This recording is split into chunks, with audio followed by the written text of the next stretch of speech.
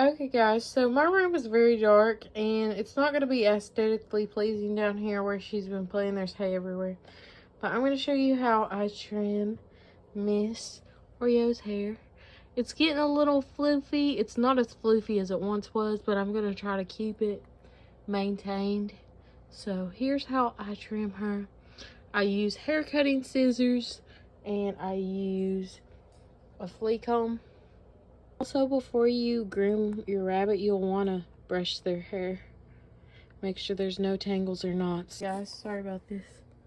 You guys can't really see, but I'm going to just brush her with these brushes. And I'm just going to brush her bum and brush up.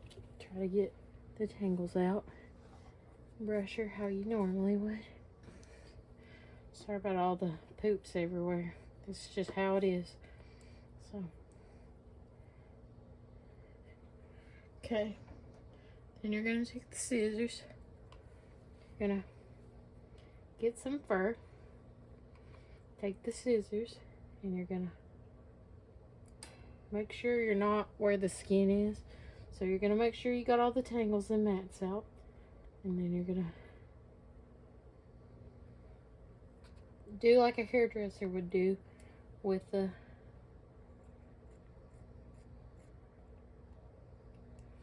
and then you cut that way.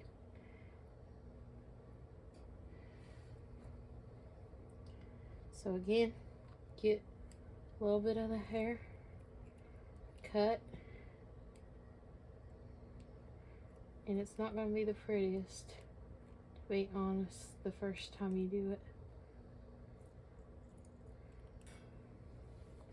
That way you know you're not going to hurt your rabbit because there's something against where you're cutting.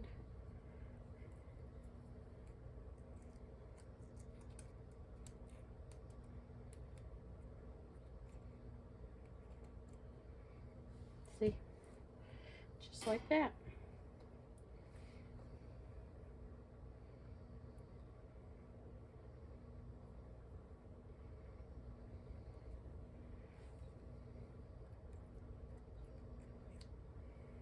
See? And you just keep going.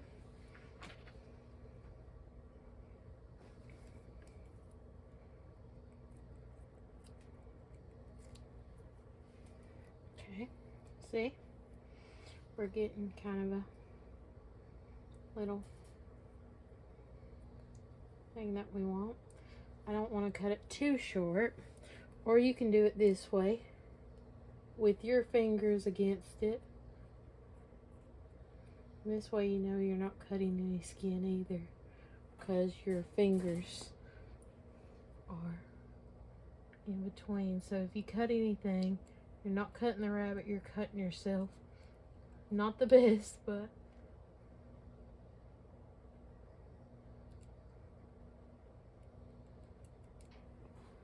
so that's how we do it. So I'm gonna speed this up. Also, be patient with the rabbit. Sometimes it takes a while because they want to do their own thing. Oreo decided to hide for a little bit. So I just put some food in the middle to bribe her just to eat some pellets. And you see how easy it is to do with your fingers. That's my preferred way.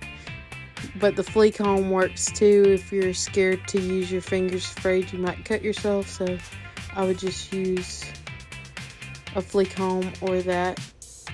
But with my fingers it makes it quicker if you cut it like that. But you'll see the process. And we want to be careful on the face and not trim too much because rabbits have whiskers. So she looks pretty good to me. I can't really get her bum because it's pretty short right now. But with their butt, you really just want to make sure you're not getting any tail in. You want to make sure it's not tail before you cut. You can tuck the tail if you would like when you're grooming back here.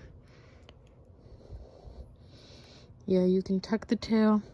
Just be very careful on the back end when you're trimming like this. Just make sure that you're not getting tail. This is her tail right here. And we do not trim none of that.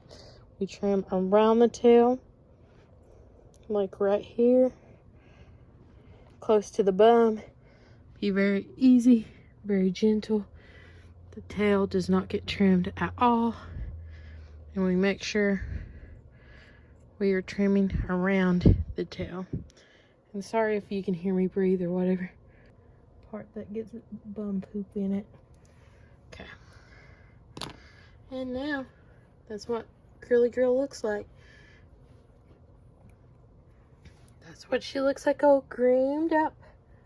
And it's very important because you don't want them to swallow too much fur. But she's all brushed and trimmed.